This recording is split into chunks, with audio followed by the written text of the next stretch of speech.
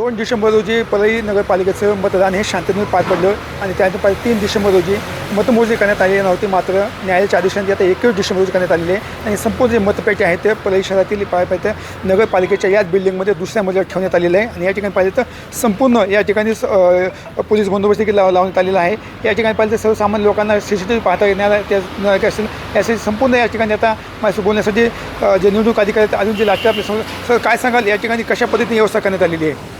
परळी वैजनाथ नगर परिषदेच्या सार्वत्रिक निवडणुकीचं मतदान प्रक्रिया 2 डिसेंबर 2025 रोजी पूर्ण झाले. पहिल्या टप्प्यामधलं आलेल्या सगळ्या EVM मशीन आणि त्याच्यासोबतचे असणारे दस्तावेज आपण सर्व पक्षाचे उमेदवार, सर्व पक्षाचे प्रतिनिधी, पोलीस विभाग आणि महसूल विभाग यांना प्रत्यक्ष दाखवून जो आपला नगर परिषदेचा पहिला मजला आहे तिथं आपली सुरक्षा कक्ष तयार केलेला आहे आणि तो सुरक्षा कक्ष आपण पोलीस विभागाच्या ताब्यात दिलेला आहे. हा सुरक्षा कक्ष 3 टायर सिस्टीममध्ये आपला संरक्षण दिलेलं आहे.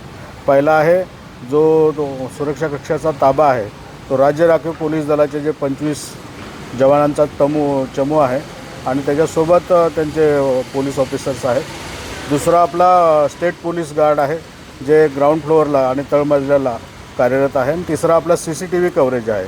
सर्व इमारत त्यानंतर स्ट्रॉंगरूमची स्ट्रॉंगरूमचा 4 दिशेने भाग असणारा हा सुरक्षा आपल्या CCTVने कव्हरेज केलेला आहे.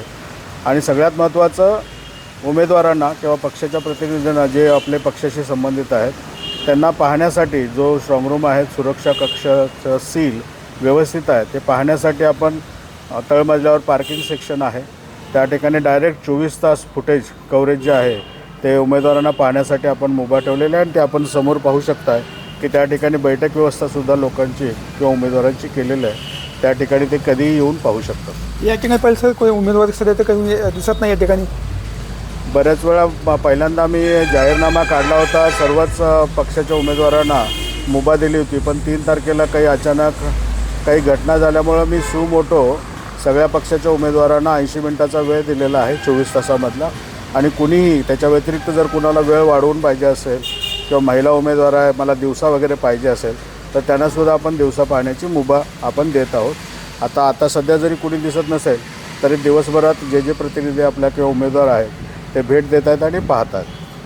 आता या ठिकाणी पाहिलं तर या ठिकाणी अशीच संपूर्ण व्यवस्था या ठिकाणी बसण्याची करण्यात कुणी या ठिकाणी येऊ शकतं आणि त्या ठिकाणी लोकप्रतिनिधी आहे या ठिकाणी पाहू शकतं अशी या व्यवस्था देखील करण्यात आलेली आहे. आणि पोलिसांनी देखील बंदोबस्त देखील मोठ्या तयार करण्यात आला आहे. 21 डिसेंबर रोजी या ठिकाणी मतमोजणी देखील करण्यात येणार आहे. कॅमेरा पर्सन विकास वाघमारेसह मी संभाजी मुंजे, TV 9 मराठी, परळी.